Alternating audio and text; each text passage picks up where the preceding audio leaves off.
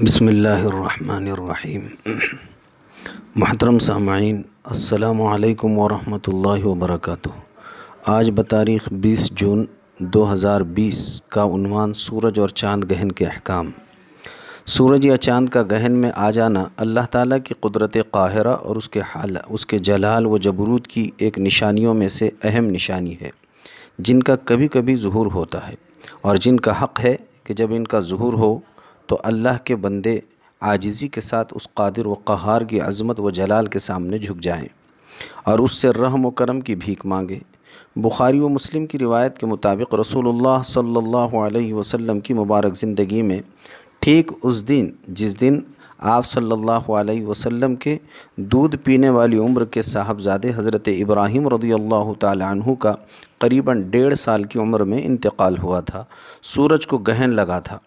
عرب میں زمانے جاہلیت کے خیالات، وہم و توہمات میں سے ایک وہم اور خیال یہ تھا کہ بڑے آدمیوں کی موت پر سورج کو گہن لگتا ہے اور گویا سورج اس کے ماتم میں کالی چادر اوڑھ لیتا ہے۔ یہ زمانے جاہلیت کی غلط خیالی تھی۔ جیسا کہ ہمارے ملک میں بھی بہت سی عام عورتوں میں خاص کر امید سے رہنے والی خواتین کے بارے میں وہم اور خیال کیا جاتا ہے کہ ایسی عورتیں چھت سے باہر نہ نکلیں، گوشت آلو پیاز نہ کاٹیں، کپڑے نہ دھوئیں، اگر حاملہ عورتیں ایسا کرے گی تو بچے میں بھی نقص پیدا ہوگا، اس کے بدن کی کوئی چیز کٹی ہوئی ہوگی وغیرہ۔ یہ سب ہندوؤں کے خیالات ہے، غیروں کی وہم پرستی ہے۔ ان کی باتوں کو سن کر ان کے ساتھ اٹھک بیٹھک میں ان کے طور و طریقے مسلمانوں میں بھی گھس گئے ہیں اور عقائد میں بھی کمزوری آنا شروع ہو گئی، اور اب اچھے خاصے دیندار گھرانوں میں بھی وہم پرستی اور زمانے جاہلیت کے طور و طریقوں کا رواج بڑھ گیا ہے۔ ہم نے بچپن ہی میں مکتب میں یہ تعلیم حاصل کی تھی اور ہمیں ایمان مفصل میں ایمان اور عقیدوں کو سدھارنے ہی کے لیے پڑھایا گیا تھا۔ والقدر خیرہ و شرہ من اللہ تعالی، تقدیر اچھی ہو یا بری، ہر شخص کے ساتھ جو بھی ہو رہا ہے من اللہ تعالی، سب کچھ اللہ تعالیٰ ہی کی طرف سے ہو رہا ہے۔ اس میں سورج، چاند، زمین، آسمان اور کسی چیز سے نفع نقصان کا کوئی تعلق نہیں ہے، بلکہ ہر چیز میں نفع و نقصان، خوبی و خرابی ڈالنے والی ذات صرف اللہ وحدہ لا شریک لہ کی ہے۔ لہٰذا سورج گہن کی وجہ سے گہن کے وقت حاملہ عورتیں ہوں یا کوئی اور معذور و مجبور، ان اوقات سے فائدہ و نقصان کا کوئی تعلق نہیں ہے۔ ایسی عورتیں بھی سب کام کاج انجام دے سکتی ہے، گوشت آلو پیاز بھی کاٹ سکتی ہے، اس سے نفع نقصان کا کوئی تعلق نہیں ہے۔ اسی قسم کی وہم پرستی اور غلط عقیدگی کو اور زمانے جاہلیت کی وہم پرستی ختم کرنے کے لیے رسول اللہ صلی اللہ علیہ وسلم نے غیر معمولی خشیت اور انتہائی فکر مندی کے ساتھ اللہ کے حضور میں جماعت سے 2 رکعت نماز پڑھی اور اس نماز میں طویل قرات کی، اور قرات کے دوران آپ بار بار جھک جاتے تھے، پھر کھڑے ہو کر قرات کرنے لگتے تھے۔ اس طرح آپ نے اس نماز میں رکوع اور سجدے بھی بہت طویل کیے اور درمیان نماز دعا بھی بہت اہتمام اور عاجزی کے ساتھ کی۔ اسی نماز کو نماز کسوف کہا جاتا ہے۔ اس کے بعد آپ نے خطبہ دیا اور اس میں خاص طور سے اس غلط خیال کی تردید فرمائی کہ سورج یا چاند کو گہن کسی بڑے آدمی کی موت کی وجہ سے نہیں لگتا۔ ایسا خیال محض جاہلانہ وہم پرستی ہے، بلکہ سورج اور چاند گہن جیسے حالات کے دن کے ذریعے اللہ تبارک و تعالیٰ اپنے بندوں کو اپنی قدرت بتاتا ہے، یعنی اس طرح ہونا اللہ کی قدرت اور بے پناہ و بے مثال طاقت کا ایک مظاہرہ اور کھلی نشانی ہے، اور یہ ایسی نشانی ہے جس سے ساری دنیا متاثر ہوتی ہے۔ سورج کی روشنی تھوڑی دیر کے لیے سلب کر کے اپنے بندوں کو اللہ تعالیٰ یہ بتاتے ہیں کہ تمہارے جیسے کمزور لوگوں کی کیا حقیقت ہے۔ جب سورج بے نور ہو سکتا ہے تو تمہیں اپنی ذات پر غور کرنا چاہیے۔ لہٰذا جب بھی سورج یا چاند کو گرہن لگے تو دعائیں کی جائے، نمازیں پڑھی جائے، خیر خیرات کی جائے اور ثواب اور نیکی کے جو کام کر سکتے کرنے چاہیے۔ چاند گہن کے وقت تو مرد بھی اور عورتیں بھی رات میں چاند کا گہن ختم ہونے تک بہتر ہے تنہا نمازیں پڑھتے رہیں اور توبہ و استغفار کر کے دعائیں کرتے رہے۔ یہ عمل چاند گہن ختم ہونے تک کرنا چاہیے اور اسی میں دعا، توبہ، استغفار کا معمول جاری رکھنا چاہیے۔ البتہ سورج گہن کے وقت 2 رکعت نماز باجماعت ادا کرنا مسنون ہے۔ سورج گہن کی نماز کے لیے باقاعدہ اذان اور تکبیر نہیں کہی جائے گی۔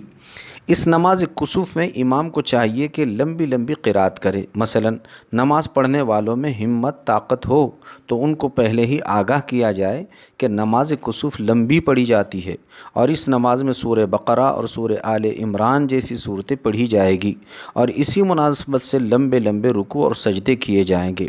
اس نماز میں آہستہ قرات کرنا ہی افضل ہے۔ البتہ امام ابو یوسف رحمۃ اللہ علیہ کے قول کے مطابق مقتدیوں کو اکتاہٹ سے بچانے کے لیے جہراً قرات کی بھی گنجائش ہے۔ یہ تفصیل اس وقت ہے جب لوگ لمبی نماز پڑھ سکے اور کوئی ایسا شخص جو لمبی نماز پڑھا سکے موجود ہو تو سورج گہن کے دوران پورے وقت نماز میں مشغول رہنا بہتر ہے، اور اگر لوگ لمبی نماز پڑھنے پر آمادہ نہ ہوں یا ایسا شخص موجود نہ ہو جو لمبی نماز پڑھا سکے تو پھر 2 یا 4 رکعت پڑھ کر دعا میں مشغول رہیں۔ سورج گہن ختم ہونے تک یہ عمل جاری رہنا چاہیے۔ سورج گہن ہونے کے وقت عورتوں کو بھی چاہیے کہ وہ اپنے گھروں میں تنہا نمازیں پڑھیں، دعا و عبادت میں مشغول رہیں، جماعت میں شریک ہونے کی ضرورت نہیں ہے۔ اگر جماعت سے سورج گہن کی نماز کسوف پڑھنے کا موقع نہ ہو، جیسا کہ آئندہ کل 21 جون سن 2020 کے بارے میں اخبار اور کئی نیوز چینلوں کے ذریعے ملی اطلاعات کے مطابق یہ سورج گہن کافی لمبا ہونے والا ہے۔ اگر یہ خبر صحیح ہے تو آپ خود اس کا وقت معلوم کریں اور مکروہ وقت چھوڑ کر جتنا ممکن ہو سکے لمبی لمبی نماز پڑھنے کی ترتیب بنائیں۔ اگر مسجدوں میں باجماعت لمبی لمبی نمازیں پڑھنے کا موقع نہ ہو، جیسا کہ موجودہ حالات میں ابھی کھلی چھوٹ نہیں ہے، تو ان اوقات میں اکیلے بھی یہ نماز پڑھی جا سکتی ہے۔ اس نماز کے لیے بھی مسجد ضروری نہیں ہے، لہٰذا اگر آپ کے یہاں حافظ قرآن ہیں تو آپ اپنے گھروں میں ہی اپنے قریبی افراد کے ساتھ بھی یہ نماز باجماعت ادا کر سکتے ہیں۔ اگر جماعت کی کوئی بھی صورت نہ بنے تو تنہا 2 رکعت اس طرح نیت کر کے نماز ادا کیجیے: میں 2 رکعت سورج گہن کی نفل نماز ادا کرتا ہوں، خاص واسطے اللہ تبارک و تعالیٰ کے رخ میرا کعبہ شریف کی طرف۔ پھر رکعت باندھ کر پہلی رکعت میں سورہ فاتحہ اور آپ کو جو بڑی صورت یاد ہے وہ پڑھیے۔ اسی طرح دوسری رکعت بھی لمبی ادا کیجیے۔ رکوع اور سجدے کی تسبیحات کئی مرتبہ پڑھیے، 11 مرتبہ، 21 مرتبہ، 31 مرتبہ، جتنا بشاشت سے پڑھ سکتے ہو رکوع سجدے کی تسبیحات پڑھتے رہنا چاہیے۔ نماز کے بعد باجماعت نماز اگر پڑھی ہے آپ نے تو اجتماعاً، ورنہ انفرادی طور پر خوب گر گڑا کر توبہ، استغفار و دعا کا اہتمام کیجیے۔ اگر لمبی نماز نہ پڑھ سکو تو دیکھ کر صحیح یہ لمبی صورتیں ہی تلاوت کرنے میں اپنے وقت کو استعمال کیجیے۔ اگر نماز کے بعد بھی سورج گہن باقی ہے تو 300-500 مرتبہ استغفر اللہ پڑھیے، لا الہ الا انت سبحانک انی کنت من الظالمین پڑھیے، قرآن کریم کی تلاوت کیجیے، سورہ یاسین، سورہ رحمان، سورہ ملک کی تلاوت بھی ان اوقات میں بے حد مفید ثابت ہوگی۔